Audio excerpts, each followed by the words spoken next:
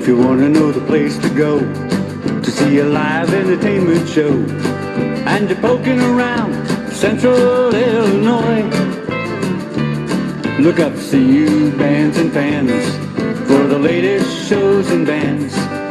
You never miss out on your weekend party plans. This is Terry with CU Bands and Fans podcast. I'm here with Zach Widdop, my partner on the page, and for episode 1, Ancient Ways. Ancient Ways does modern original rock. I'm going to let them introduce themselves and talk a little bit about how they became Ancient Ways and how they became involved in music. And all right, I'm Garrett Gunter. I play lead guitar and try to sing sometimes. I'm Myles Jones. I play drums and talk a lot. What's up, guys? I'm Lance Meuser. I'm the lead singer and a rhythm guitar player, and I also play some keyboard when any song calls for it. I'm Trevor Pratt, and I'm the bass player. Awesome. Okay, so Garrett, let's start with you again. How did you become involved in music? Number one, like when did you start getting interested in music and playing? What instrument did you begin playing with? And what instrument are you proficient with? All right. So I actually started out on piano, which you wouldn't be able to tell now if I tried to play one. But I took classical piano for like quite a while, and I always really wanted to play guitar. So started taking guitar lessons. I had a guitar teacher that was like, we did half guitar, half piano lessons. He was a jazz instructor at the community college in Quad Cities in Moline. And then started taking lessons with Tony Vogel. He plays in a band, AC/DC tribute band in the area up there. And then I guess when I was about a senior in high school, Upshot kind of took me under their wing, especially Sarah and Jared. And they'd have me sit in sometimes at Bentley's and stuff. I remember Sarah being like, you can come up and play with us. Just don't like be an idiot, because but I'd come hang out and jam with those guys. And and then I met Bruce Cox, who played drums for Garrett and the Geezers for a while, him and Mike Hallahan on bass. And then Bruce ended up leaving just for some personal reasons and stuff. And Kevin Colrady took over on drums, and we did that for about 4 or 5 years maybe. And then I met these guys and I've been playing with them ever since.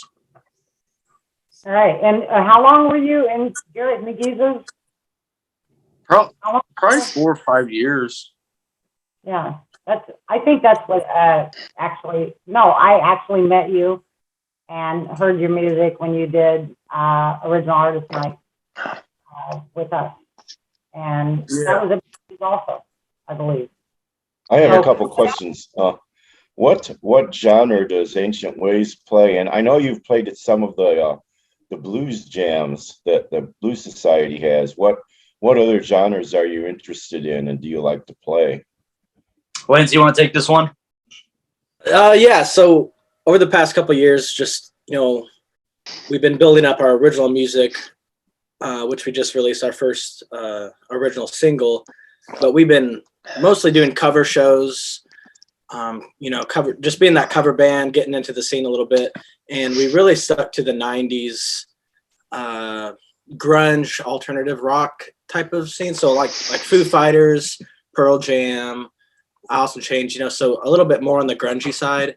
And then we're trying to transition more into the modern scene as well. So modern bands like, Red Hot Chili Peppers, which obviously they're from the 90s, but they're still playing. Bands like Royal Blood, Highly Suspect, just a lot of modern rock that has a little bit of blues influence to it, but is still rock, heavy at its core, and that's what we like to do. And our original music, I think, reflects our influences fairly well also. So your single that was just released is it's called Selfish Tendencies. Correct. And that's available on Spotify, Apple Music, iTunes, and Shazam. Correct. Yeah. Also, I'll just put a plug in right now for the fact that Ancient Ways is on Facebook. It's Ancient Ways Band, right? On Facebook? Just And- Ancient Ways. Just Ancient Ways. That's the new page that we just made. Just trying to get those likes up. But yeah, it's not Ancient Ways Band. It is just Ancient Ways. Okay, that's good clarification on that. So in 2020, you guys, I think did you guys begin in 2020 or 19? It was right at the start of 2020, I believe. Is that correct, Myles? Yep. You had some things booked, and then COVID hit. So you guys took a really smart route. Instead of just being discouraged and sitting back, you got together, you have this studio, and you began to work on your original music, and which has led to things being recorded. So talk about that a little bit, like how that affected you being a new band. I mean, just starting out together as this band, how it affected you to go, you know what, let's do our thing. Let's just do our thing here and make some music. Right. So I mean, for me personally, it was tough to adjust to not getting the opportunity to play out with everything being closed down. We had really spent, I don't know, probably 2 or 3 months putting a really solid set together. And unfortunately that kind of had to go off by the wayside. And so, yeah, we decided that instead of investing a bunch of our time into, being a cover band and kind of doing all that stuff, we would learn songs that are in our style, but, also really try to figure out what that style is.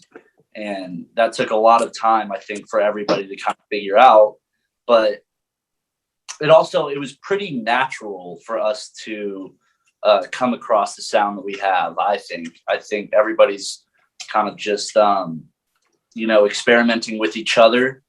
I know that Garrett and I have a lot of musical interplay that we try to do, not even necessarily consciously, but more instinctively. Trevor and I have been playing together for a long time, so we can kind of feel each other out. Just kind of getting a feel for everybody's instincts. We took that time for that. I like that. That's a beautiful answer. And you came out with some really tremendous music, and it's unique. It's back in the 70s and 80s and all of that, if you go back and listen to those bands, ZZ Top, Fleetwood Mac, bands like that, they all have their own unique sound. You can tell as soon as you hear it, that's Fleetwood Mac or that's ZZ Top, or whatever. And you guys have that. And that's really, really a unique thing that when I'm out in the music scene or when I'm given music, when the new releases come out and all that kind of stuff, we always go and listen to them. And I feel like that is something that has been lost throughout the past few generations. So it's refreshing to see that you guys have gained that. That's really a tremendous thing for a band nowadays, I feel like. Yeah, so. I appreciate that. That means a lot. That it does take time to develop kind of that consistency with your sound and with your music and stuff. It's just kind of weird. Hi. That's my stepbrother.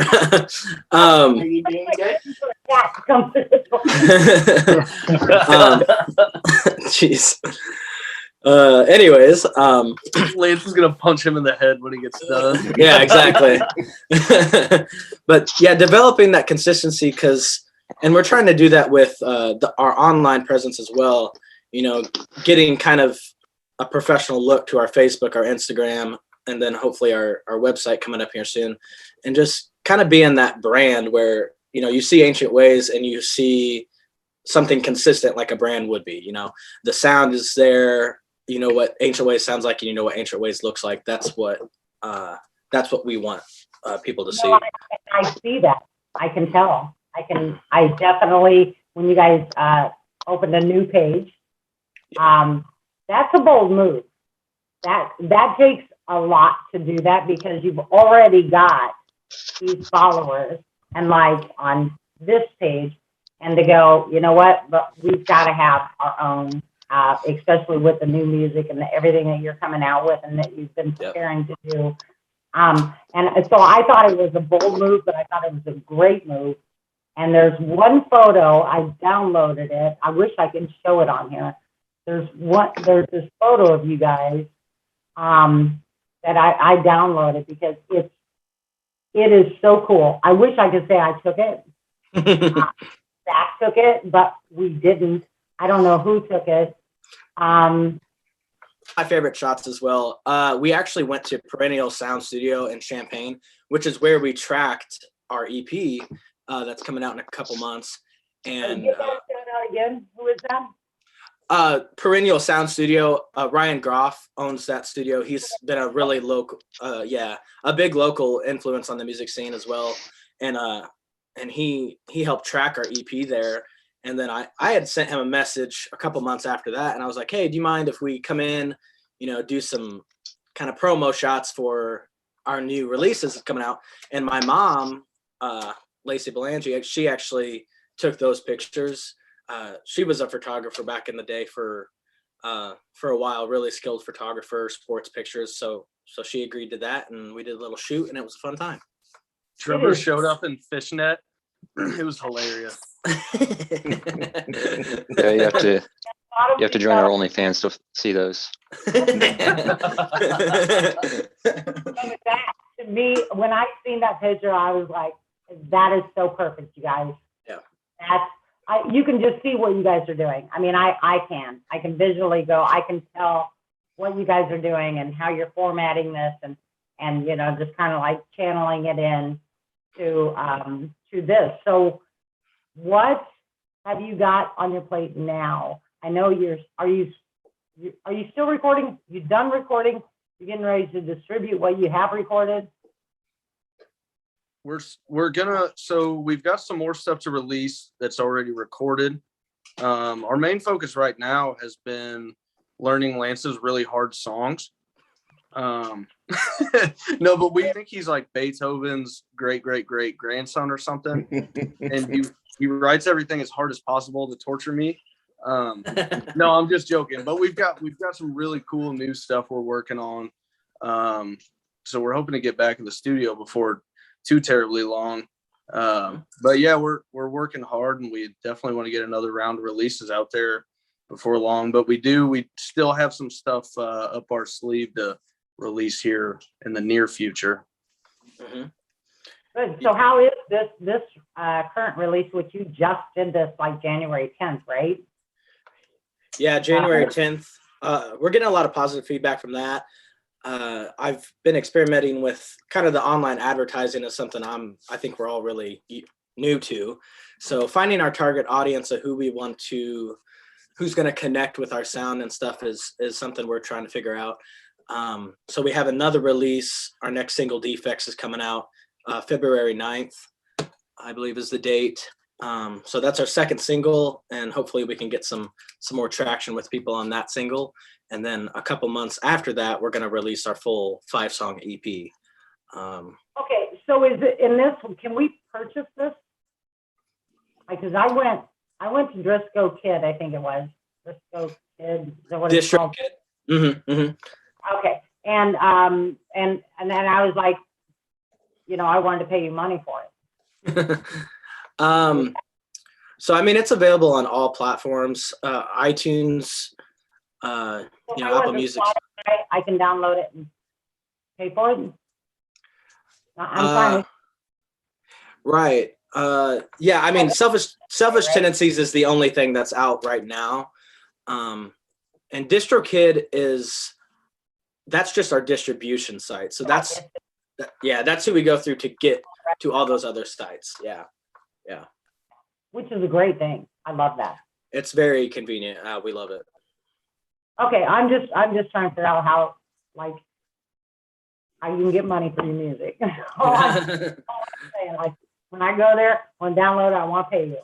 Right. Even you guys have given me, you've let me hear your music, and you've given me your music, but we still like to, at CU Bands and Fans, we have kind of a library, and we like to go and purchase that music, even if you give it to us. We still like to go and purchase it. Or so if you have a Venmo or something like that, we just like to do that. And because, you know, you're valuable, your music is valuable. Yeah. Terry, that's a great idea, and we're gonna set up a band Venmo tonight at Ancient _way. Okay, and make sure you put that on your Facebook page, and you know everything else you do. Make sure that Venmo is right there, so people can. It's a great idea.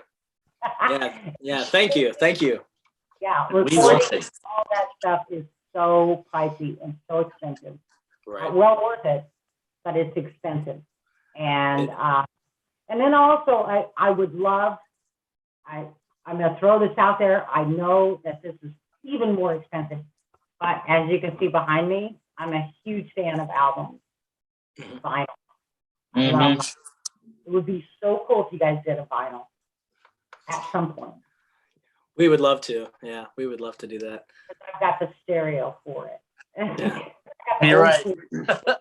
That's my favorite thing in the world. Yeah. So I actually got it mixed up earlier. I met Lance first, out of everybody. I met him first, and he joined the band that I was playing in at the time as the singer and keyboard player. And we wrote some original tunes in that band. And while I was in that band, I was also in another band, in a country cover band called Flatville Road with Trevor, our bass player. And so I had met the two of them, and you know, by the time I was about 19, both of those bands were kind of falling apart a little bit, kind of at the seams. And so I guess I was kind of, without knowing it, looking for something a little bit different. And that's when a mutual friend of ours introduced us, and Garrett and I, the guitar player, he introduced Garrett and I. And we started playing together, and there was kind of just this instant musical connection with Garrett and I. And I knew that I had to take advantage any way I could, because that's just kind of what I do to people.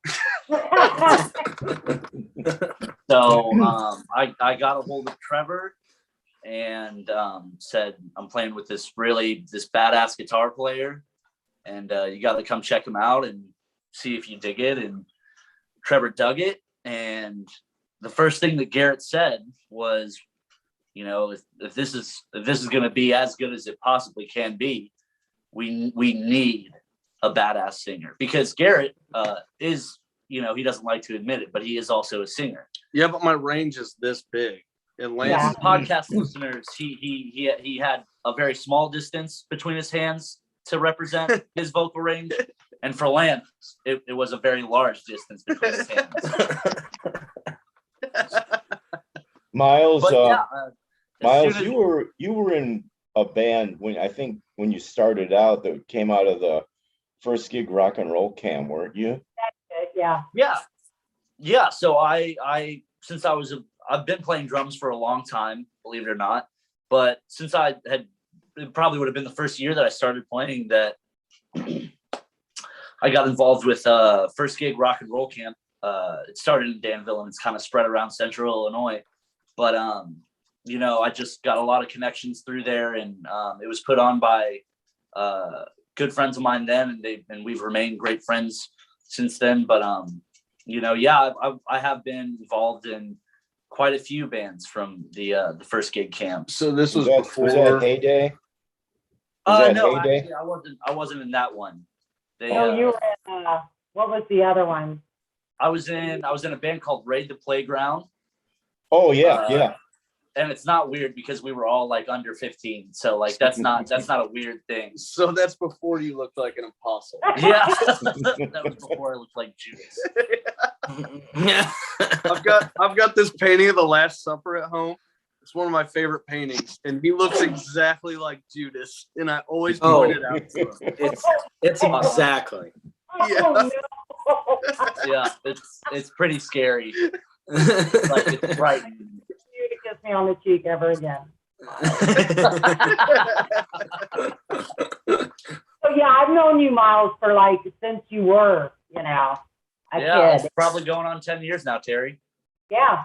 Well, and this is our 10th year of CU Bands and Fans. So Gosh. yeah, I mean, we got pictures together. You're like this kid. So it's amazing. It's awesome. And what a fantastic thing. Like you're in a short period of time too, really. For you, I mean, that's a short period of time to go from where you were to where you are, and all the great music that you've been able, and musicians you've been able to play with, and that's something. And like Garrett mentioned, Upshot, what a tremendous opportunity to play with Upshot, Garrett. That's big, Oh yeah, no, they're still heroes to me for sure. I mean, yeah, definitely. Yeah. That was my favorite local band by far when those guys were around. I love those guys. They still are. They still are. Yeah, Sarah and Jared Manker, Jared Manker. Yeah, one of the best bass players. Oh yeah.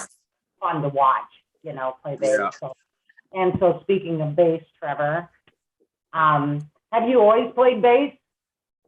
Yeah, I started playing bass. I joined my first band in I think probably 2012. I played in a lot of country bands until I met these guys. Mostly in Mattoon and Tuscola area.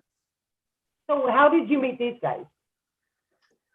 Well, I had tried out for the Flatville Road it was probably 2015, and they ended out their old bassist ended up staying in the band for a little while longer, so I didn't hear from him for a few more years until they got a hold of me through someone else, and so that's how I met Myles, and then I just met the other guys afterwards. Yeah, great. Yeah, you're really, really a good. You can hear your bass and everything in the music, which is tremendous. It's not overpowering, and it's not it's not like too low either where you can't hear it. It's just, everything is just perfect with you guys. It really is, and I'm so proud to know you guys from the beginning now, and then what you have coming up in the future, because I know it's just going to be great, and your patience. Because you're young, you guys are basically pretty young, especially compared to me and Zach, and so your patience in doing all of this, and I think the 2020 COVID restriction thing, you guys not letting that box you in, but instead using that to your advantage, where now it can be very explosive. And I love that. I love that you guys are patient enough and diligent enough. And, I know you practice a lot, and that you don't. I guess you really just gel together, and you take it seriously. And I know that there was some some things you guys had to overcome, and you've seen it. You knew you had to overcome it, and you did it together as a band, and you allowed that time that was needed. And that's so important, because that's like, that's very intense brotherhood that you have as a band. So that's very cool. I admire you for that very much. You guys go, you got this problem, and I don't want to, instead you're like, this is what we got to do. Yeah. Thank you for saying that. I think, some bands, they play music together, and they practice twice a week and all that stuff. And we do that, but I mean, we spend time with each other all the time. I mean, we're best friends, brothers, family, even outside of the music world too. So it's so fun to be with people that you admire and respect and love, and be able to play music with them. And the other three guys, were actually, they got together and like Myles said, they were looking for a singer. So I kind of auditioned to be with them right at the start of 2020 because they had a show lined up and they're like, hey, we need a singer for this show. And Myles gave me like 5 or 6 songs to learn, and I came and did a little audition, and that's kind of how I got in with them because I was never big into performing out live. I just took classical piano and voice for 8 years, just private lessons. So I was never in the live scene. That's where these guys have really helped me branch out into that. Yeah. We just wanted you to feel like you were being auditioned. We knew you were going to be in the band. We just wanted to make you feel. Well, yeah, dude, man. Do you remember? Do you remember we went out to? So we got done, trying you out or whatever. So we all went to the garage to smoke a cigarette or whatever. Yeah. I'm just kidding, Grandma. I don't do that. But we were all out in the kitchen, not doing anything illicit. We were making a pie. We were making a pie. Coffee. And I asked Lance, so, is this something that you want to be a part of? And he was like, well, I mean, yeah, but like, don't you have to discuss it with the other 2 members? He was talking about Garrett and Trevor. And I said, like, we basically brought you into this audition knowing that you were gonna kill it. So, job's yours if you want it. Well, there's nothing wrong with that. Nothing wrong with Right. going, he's but we're just going to make him do this anyway. Yeah. Right. Exactly. Exactly. I had not, heard much of you or any of that until this. And then I was like, wow, it's your voice. It's pretty intense, amazing. Oh, thank you so much. I appreciate that. So, well, we probably, I think, got to wrap up here, but I want to ask you about your logo, your name of the band and your logo. You take this one. It's a deep, dark secret. No, I'm just joking. So the name of the band comes from a Rush line. So me and Myles are huge Rush nerds. Me too. Yeah. There you go. Yeah, we love Rush. So that comes out of a line in 2112. And then the I just I'm a nerd. So I'm really into like ancient history and things like that. And I just thought like the Eye of Horus or the Eye of Ra. It kind of depends on which one we totally don't pull off Google. But I just thought it was pretty fitting with the name, and I think it's just kind of a sharp, kind of mysterious look. And I thought it all kind of tied together. So I don't know. There's I wish I could make it sound like a lot more thought went into it, but Yeah, we're not very good at thinking, so that would be a lot. Sometimes things just happen. Yeah. It was meant to be. My dad actually came up with the name, believe it or not, because he's a big Rush nerd too. So I had no idea that's where it came from, was Rush. I figured it was, I didn't know what I figured. I just thought, well, it's because what I thought is because you had previously played with older musicians. So it was like, Good guess. That's a really good guess, Terry. that is what I thought. I was like, well, it's because he played with older musicians always up until now. So it's like ancient ways. Well, and it's kind of, for me, it's kind of taken on a little bit of a new meaning because I don't know, it's goofy and I might be the only one that feels this way, but I feel like, like playing rock and roll and playing out live, and like being in a real rock band it's kind of an old school thing now. That's exactly how I feel. I mean, so Yeah, that's well said.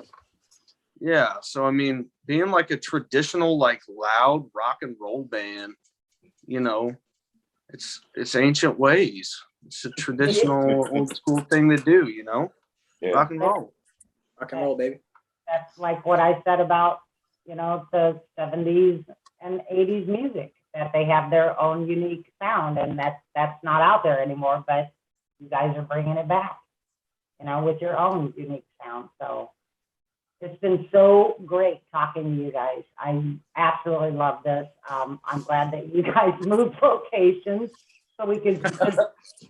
I don't know if you guys can see like how you look with that behind you and the whole. It's so much better than what we started off with, and Trevor, so great having you, and we look forward to seeing you guys some more.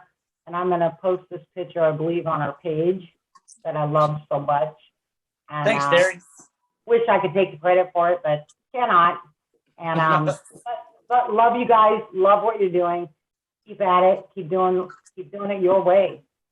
Ancient ways. And Ancient ways. For now, I'll do my little editing tricks on this and. Hey, real quick before you sign off, I wanted to really thank you and Zach for having us on. You guys have been an absolute treat to talk to. And I never would have guessed that this was your first time doing this, because you guys, you're good at keeping things rolling. It was awesome. So thank you guys so much for having us on. Thank you. You're welcome. Thanks. We are looking forward to doing these podcasts. I think it's just like kind of an answer for everything that's been happening, and it just adds more. We just need to add more to what's going on with the bands and the musicians. And there's so much original music out now, and then we've just co-sponsored with WKIO 107.9 FM. So they're co-sponsoring this podcast with us. Congratulations. Station. He was just talking about that. I That's listen to that crazy. station all the time. That's crazy. Yeah, and of course you guys, what a good fit for that station, So yeah, things are happening and things are moving just in a different way, and that's fine. We'll just roll with it. So great talking to you guys. We'll be in touch. All right. Absolutely. Trevor's got to change into his tights. Thank you. He's got a city to save. Oh my God. Thank you guys. See ya. See ya. Peace.